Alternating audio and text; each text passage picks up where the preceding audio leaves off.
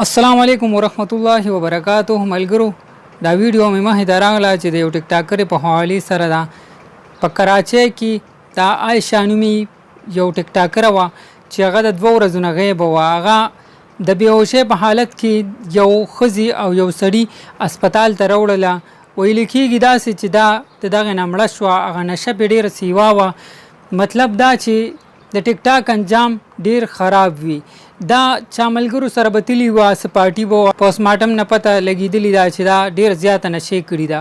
هغه نشې په حالت کې بیا هغه خلکو رسولي ده هسپتال ته. کسان غیب شوي دي، کسانو پته ونه لګېده. خو دغه لږ شانتې تصویرانې چېرته په سی سی ټي وي کې راغلي دي چې یو ښځې او یو سړي دا راوستي ده او په هسپتال کې داخله کړي ده. هغې نه پس دا مړه شوي ده 2 ورځې. د دې دا لاش چې دی دا د اسپتال په هغه برفخانه کې پروت و، کومه چې مردهانه ورته ویل کېږي، په هغې کې پروت و. 2 ورځې پس بیا د دې والد صاحب خبر شوي دی په کراچۍ کې دا کیس شوي جي. نو چې هغه کله راغلی دی نو هغه ورته ډېر جړلي دي او دا لور هغه لاش چې وړو نو عجز ډېر په ژړا باندې ډېر په خفګان باندې هغه خپلې لور هغه لاش یوړلو. خو ډېره د افسوس خبره ده چې زمونږ دا معاشره په کوم طرف روانه ده. مونږ به کراچۍ او اسلام آباد پرېږدو، مونږ ور خپلې پښتونخوا ته سوچو، پښتنو ته سوچو، پښتنو ښځو ته سوچو. دا نن سبا په ټیک ټاک باندې کومې لوبې روانې دي چې مونږ وګورو. اکثر په ټیک ټاک کې دغه شانتي ویډیوګانې راشي چې هغه یو هلک یو ټیک ټاکري، هغه یو جینۍ ټیک ټاکر سره ګیمونه کوي. په گیم کې ورته ټارګېټ ورکوي، داسې وکړه هغسې وکړه، داسې خبرې کوي، داسې بکواسونه، داسې قسم قسم الفاظ استعمالي یا که نه چې هغه د اورېدو نه وي. نو ملګرو د پښتنو هغه نوم وشرمولو. نو هېڅکله هم صحیح پښتانه صحیح پښتنې پېغلې داسې نه کوي.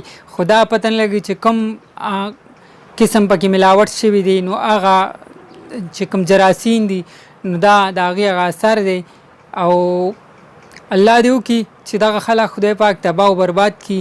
څوک چې د مسلمان نوم شرموي، د پښتنو نوم شرموي، په ټیک ټاک باندې دا کمې جنکۍ شرمېدلي چې لګیا دي او قسم قسم حرکتونه کوي، ویډیوګانې جوړوي، بیا دغه انجام وي چې لاشي پروت وي، هغه 2-3 ورځې خو پروت وي، د وارث پته نه لګي. بیا چې کله وارث پیدا شي نو هغه عاجزان هم په ټیټو سترګو باندې هغه خپل لاش یوسي او ښخې کړي. ځکه چې هغه زنانه وي، زنانه چې بېدرکه شي ډېره د بېغیرتۍ، ډېره د افسوس، ډېره د خفګان خبرې چې یاره دا چېرته لاړه، چا سره لاړه.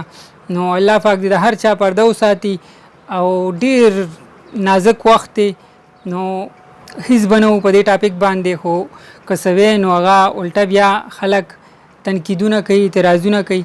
خو بس الله پاک دې هر چا پرده وساتي. او دغه کومې چې لګیا دي په ټیک ټاک باندې دا ګیمونه او دا مقابلې کوي، نو زه دغه وایم چې د دې به کور کې به رور نه وي، پلار به نه وي. دوی ته پکار دي د رور ته د پلار ته چې دا لاس پې به مات کړي چې دی آینده داسې قسم ته حرکتونه نه کوي، ځکه چې د دې انجام په دواړه جانه باندې خراب وي. نو ملګرو دغه لوګون ته حقیقت ما تاسو سره شیر کو. دا کراچۍ په یو هسپتال کې دغه واقعه شوې ده چې دغه جینۍ عایشه نومي ټیک ټاکره وه چې هغه د بېهوشۍ په حالت کې چې هسپتال ته راوړله. هسپتال ته راوړه ډېره زیاته نشې کړي وه، چاپې کړي وه، خپله یې کړي وه، پته نه لګي. هر څه حالات چې وه چا چې راوړي وه هغوی ترېنه غیب شو، وتښتېده. او دا بیا د ډېرې نشې نه دا وفات شوه. 2 ورځې خو د دې لاش په هغه هسپتال کې پروت و. بیا وارثان نه پیدا کېده. چې وارث پیدا شو پلار یې ډېر په ژړا شو او ډېر په خفګان باندې د خپلې لور لاش یوړو. نو دې نه مونږ ته پکار چې عبرت واخلو او آینده د داسې قسمه دغه مقرر نه شي.